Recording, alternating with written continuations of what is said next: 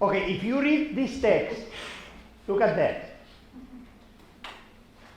Give me a dozen of healthy infants well formed, and my own specified word to bring them up, and I will guarantee to take anyone at random and train him to become any type of specialist I might select: doctor, lawyer, artist, merchant chief, and yes, even a beggarman.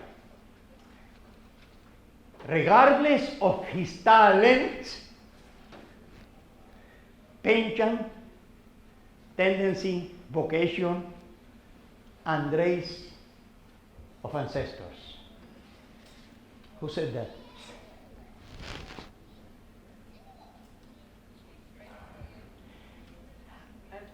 Ask me, any one of you, please, you can write me and I will send the right away in 24 hours, because I am more interested than you. I will send that, the PowerPoint to anyone who asked me.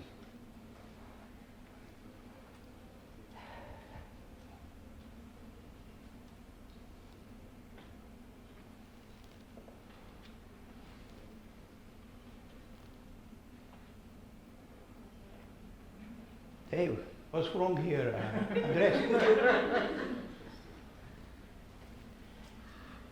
This guy is a Nobel Prize. Is it from Hungary?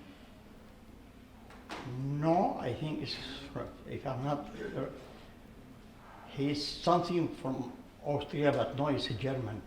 Austria and Germany. I think, no, I'm not sure now. No, this is the behaviorist. I was mixed up with another one worse than him. Huh? That's what I did. Okay, that's it. Okay. Follow the other ones. I know who got it down. I know who did it. Yeah, I know that. Donald Trump.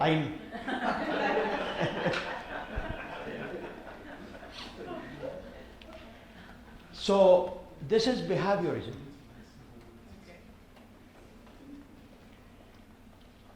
This is an example of 3 that I found.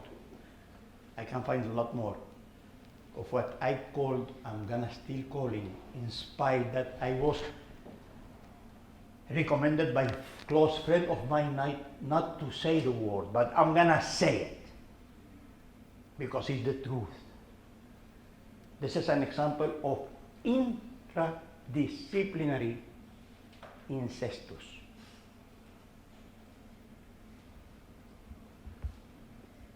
The people in behaviorism, people like him at least, never related to another discipline. Never. Not even close discipline. They are just talking about human being as we were mouse and rats. I met a friend of mine who told me that he was tired of, he was a psychologist, of making experiments to rats in order to conclude in human being. That's behaviorism, which is a good school to explain behavior and to make analogy between rats and human beings. Analogies.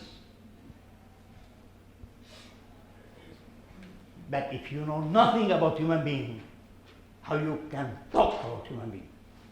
If you know nothing about anthropology, how the hell you dare to say that? At least go to anthropology and make interdisciplinary communication with a date of yours from anthropology. And tell her that before writing it. So this is one example of intradisciplinary incestus, which is the worst in my opinion. This is just an opinion. This is the the worst academic incestus that you can have. I mean, this is nothing if you relate it with university incestus. I mean, when you graduate from the same university, and then you teach in the same university. So that is what's called academic incestus. I prefer people teaching in the same university when they graduated, and not people like this.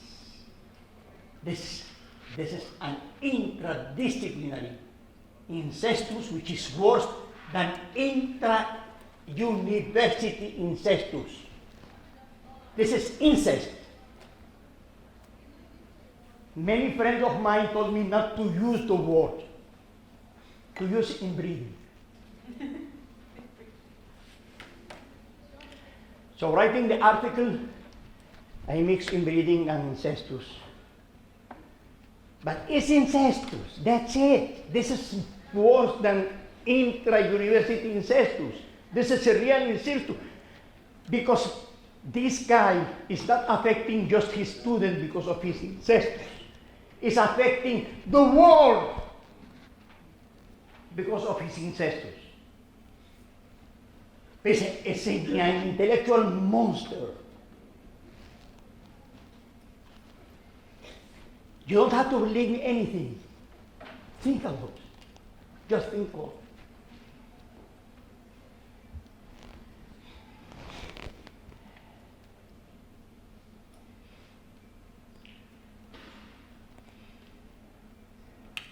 Okay.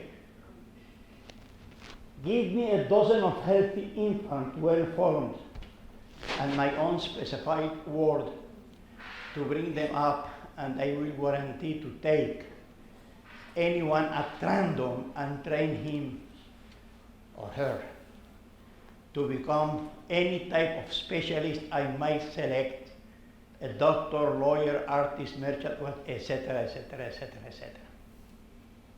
Behaviorism again. So it's not just one example. Behaviorism is one example, but you have many people, many examples when you are talking about people. When you are talking about discipline, we are still in behaviorism.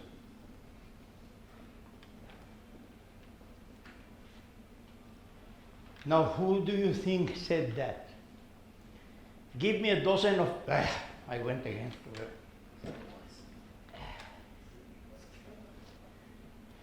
Normal psychic life depends upon the good functioning of brain synapses, and mental disorders appear synaptic derangement.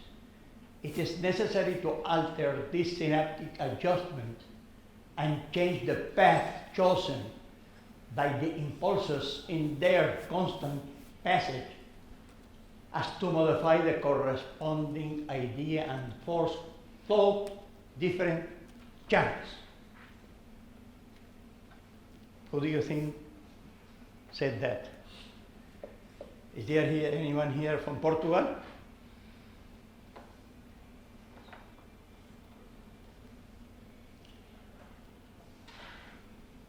It's a Nobel laureate, Edgar Moniz.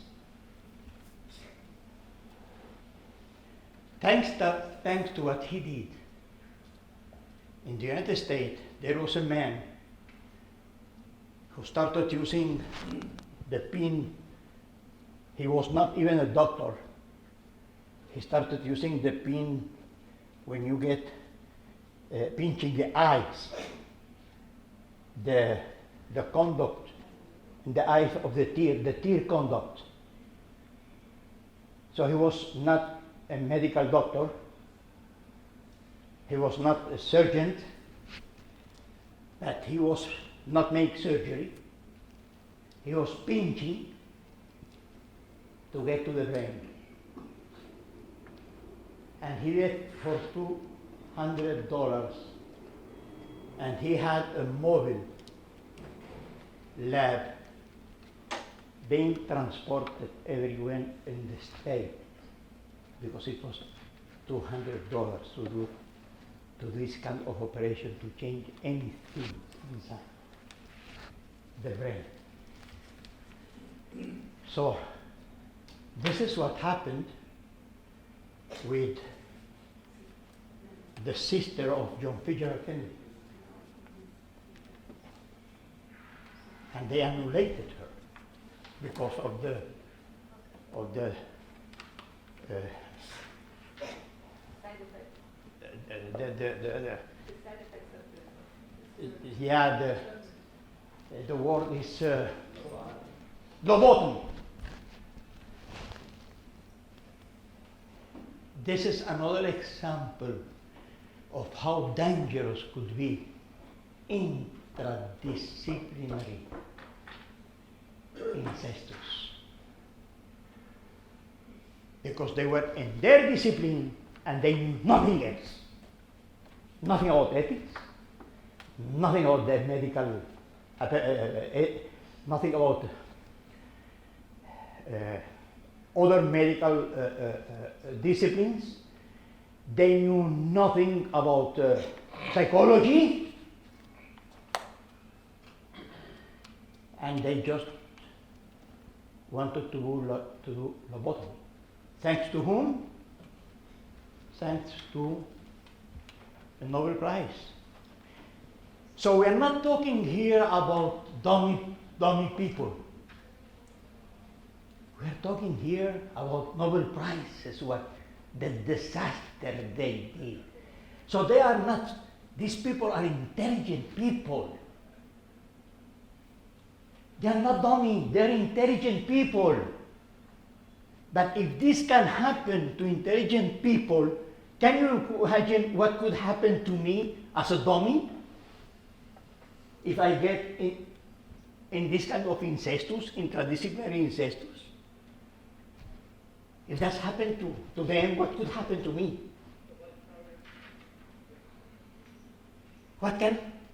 How dangerous I can be with the humanity if I am not that intelligent than them, but dumber. So I should be making more dangerous things than them. So we are not talking here about stupid people. We are talking here about what's supposed to be intelligent. I'm sure that they are intelligent, but this is my opinion. But they have the combination of intelligence and intradisciplinary incestus. This is a monster. This is a monster.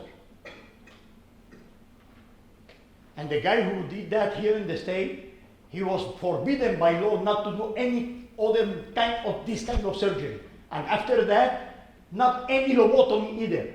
It was prohibited by law. In the 82, I think, the 85, something like this. So now, could you tell me who could have said something like that? The immensely high reproduction of moral imbeciles. The imbecile is him. Moral imbeciles. Just look at this word, moral imbeciles. How he can combine this substantive with this adjective.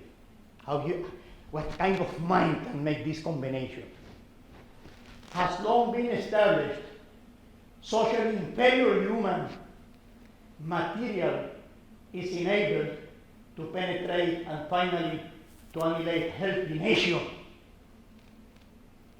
The selection of toughness, heroism, social utility must be accomplished by some human institution if mankind is in default to selective factor is not to be ruined by domestication induced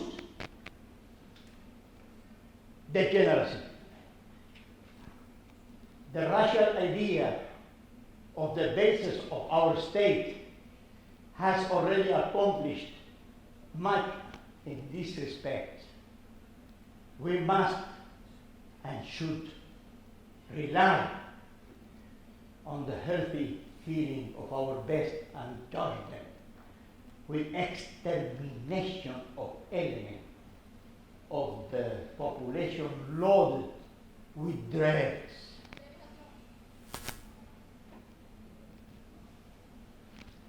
There is no, I read that at least 50 times.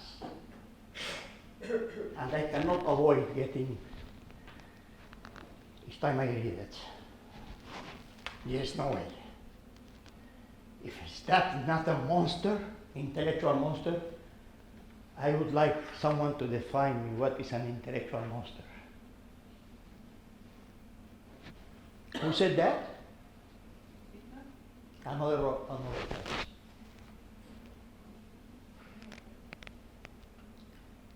He provided all the theory required for Hitler and the Nazi.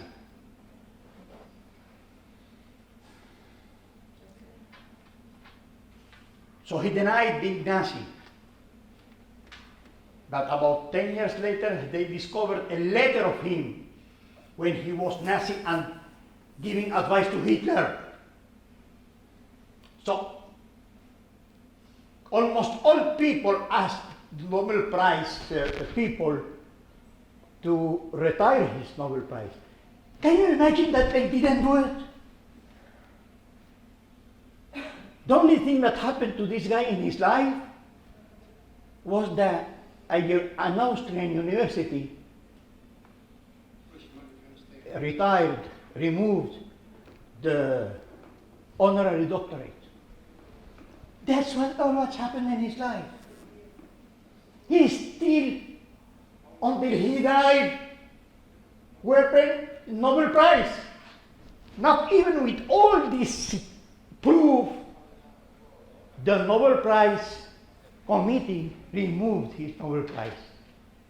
So who is going to believe anymore in Nobel Prizes and committees of Nobel Prizes? Who?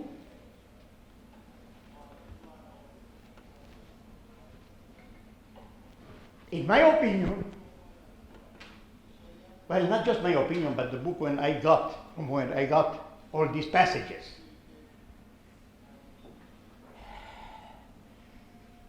He doesn't use the author in interdisciplinary incest, but what he used what people in a discipline, how dangerous they can be if they don't know other disciplines.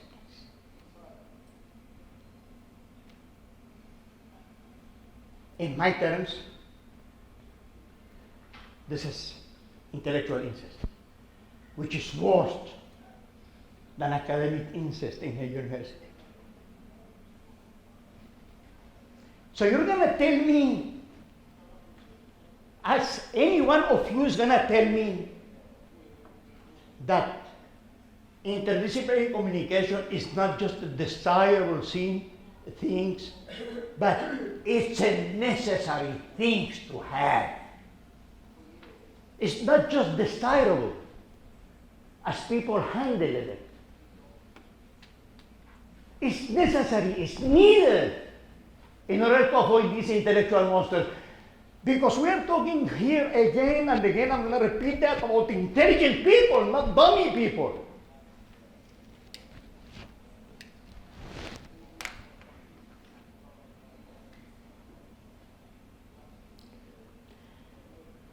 Zachariah Lawrence.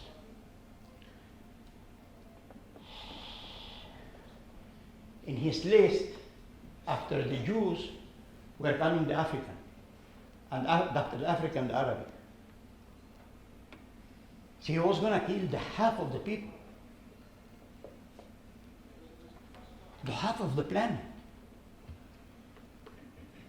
because that was his list. First Jewish people, then African people, then Arabic people. The half of the planet. And he's still Nobel Prize. He's still Nobel Prize.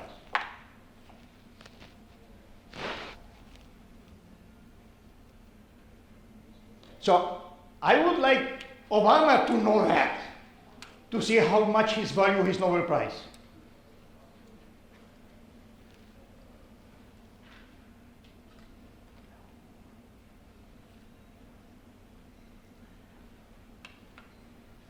So based on that, I suggest the following. I'm not saying we, I'm not saying it's good to suggest. I'm making a scientific scene. I suggest. Okay? I shouldn't say that as a scientist. Okay? But I prefer to be honest and not a scientist. I'm gonna give you just a story that will fix all these ideas. I was electrical engineer in my undergrad. When I was studying my undergrad, from the three areas of electrical engineering, power and distribution, communication, and electronic, I chose electronic because I was in love with electronics. So I was mad why I should take the other specialty, because I wanted electronics. Okay, I graduated in the field of electronics as an electrical engineer, and then UNESCO gave me a scholarship, and I was in love with electronics. That was my condition to go, and they accepted, and I went to get my master from Texas, the University of Austin. And then I went from electrical engineering to electronic, from electronic to integrated circuit at that time, which were the first chips. So I went from specialty to subspecialty to subspecialty. And I was in love with what I was doing. There is no way to explain to you how much in love I was with that. So this is the first great thing I received from the United States in my life, from the three that I received all my life. This was the first one. That I was forced to get my master, to get a minor, not just a major. I was so mad. I didn't want to take anything but not integrated circuits and chips. I said, why should they impose me to take the minor? I don't want minor. I need to have my liberty to choose. So I was mad. But I had to take it in order to get graduated. So I found out the most closest things to my field, which was operation research, which was applied mathematics. Because an electrical engineer needs mathematics, a lot of it. So I took as minor operation research. But getting mad at myself, getting mad at the university. Then I discovered a new world. I never went back to electronic in my life. There is no way to explain you the joy of liberty. I noticed then that I was in a mental jail, and I was in love with my jail. I was really in love. So I prefer to tell this story because I can be more expressive, because it's a story. And it's a real life story. And then my life never was anything more. When I went to operation research, applied mathematics, I started conceiving qualitative operation research. I got in the system approach because of that. So I got in cybernetics. And all that took me to 5 complete years of formal studies, full-time in philosophy.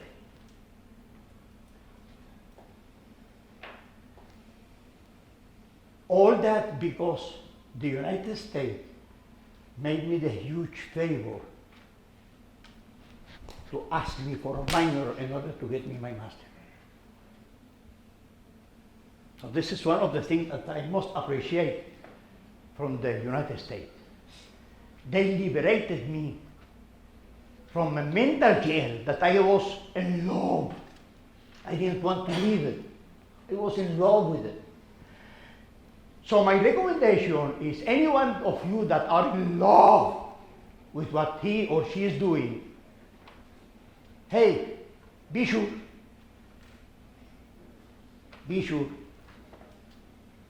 take the 10% of your time for 1 year and get something completely different. And if you cannot do that, date a guy with another discipline. And talk about the discipline and not about sex. At least some of the time. So, date one. So you are enjoying yourself because we are with a date, but your date is not from your discipline. And start talking about the discipline, so it's an enjoyable interdisciplinary communication. And then that's why you can be sure that you are not enslaved in a mental jail, that you are in love with. So you're going to tell me that interdisciplinary communication has no benefit for each individual and for the society at large? Who's going to tell me that? Who?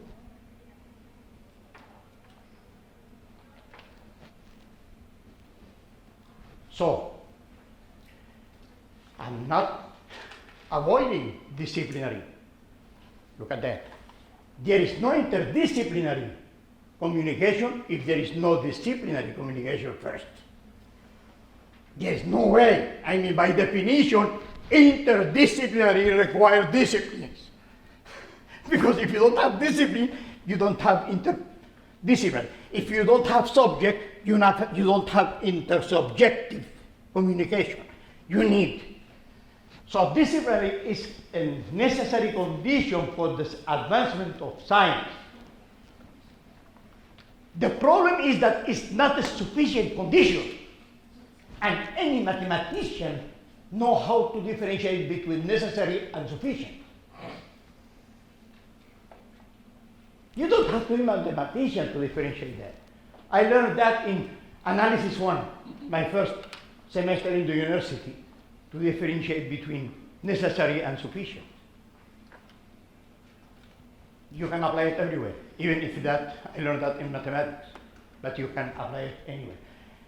So, interdisciplinary communication needs the disciplinary communication, but this is the wrong one.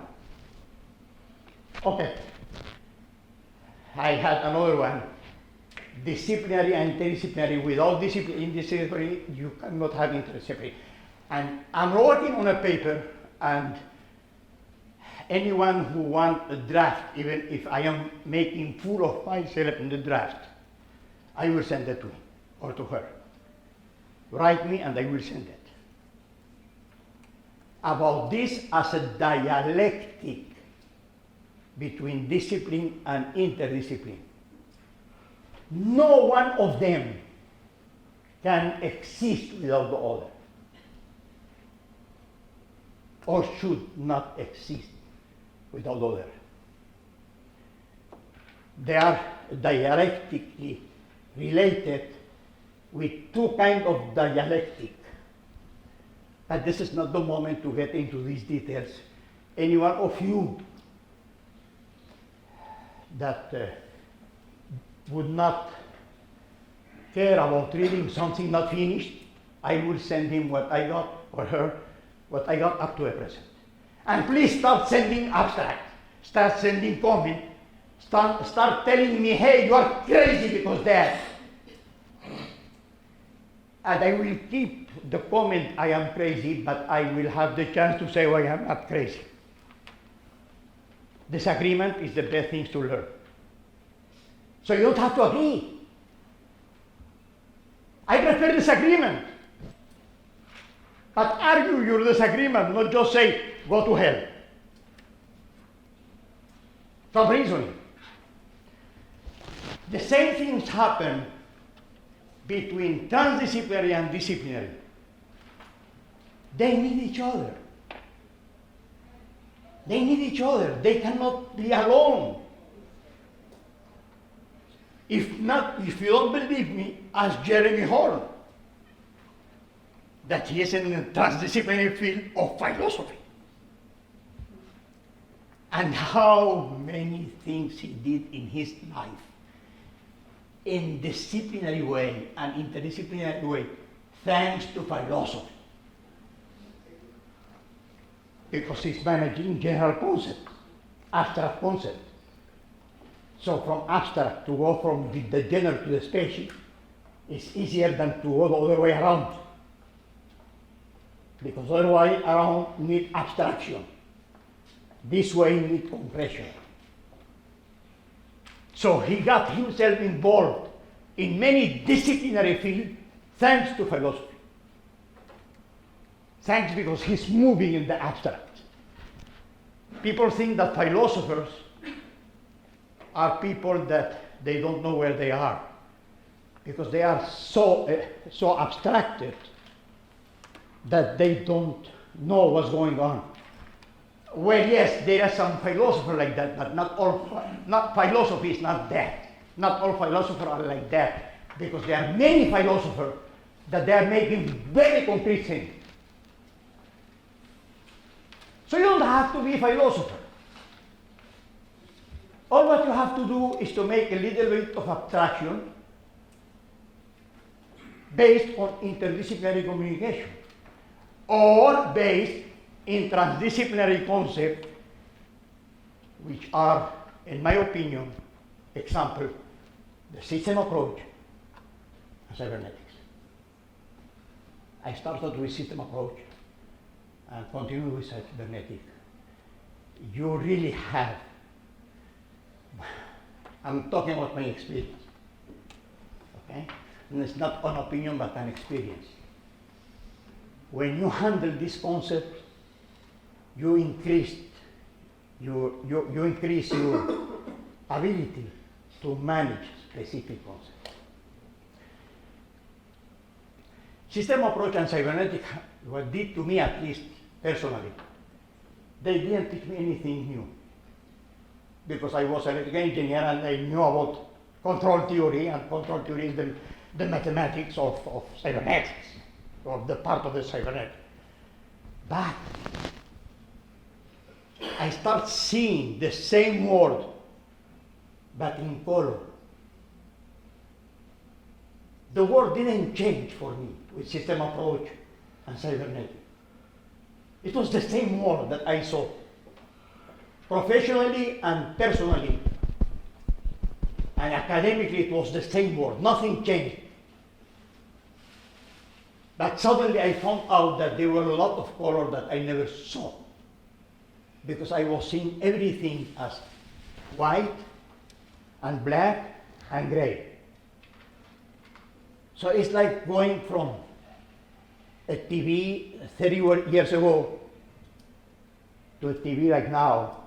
It's the same thing, but with more pixels and with more colors. With more pixels and with more colors. So please think about that. I am open to relate with you via email, especially after the conference, because I have 3-4 months usually that I have the time. If you want to send at least an abstract of 50 words, please send it. It's as easy as to write in Twitter. So after that, and after the feedback I can provide you, not just me, Professor Marlowe and many other people, you decide if you invest more time or not. So we are asking you just to make little investment and according to the reaction. So if we can do that, what we said this morning, we can end up in a multi-author article specials. What do you want me to do? Is to write a paper about No, not a paper. an abstract? Not a paper in order not to waste your time. An abstract. Send an abstract first.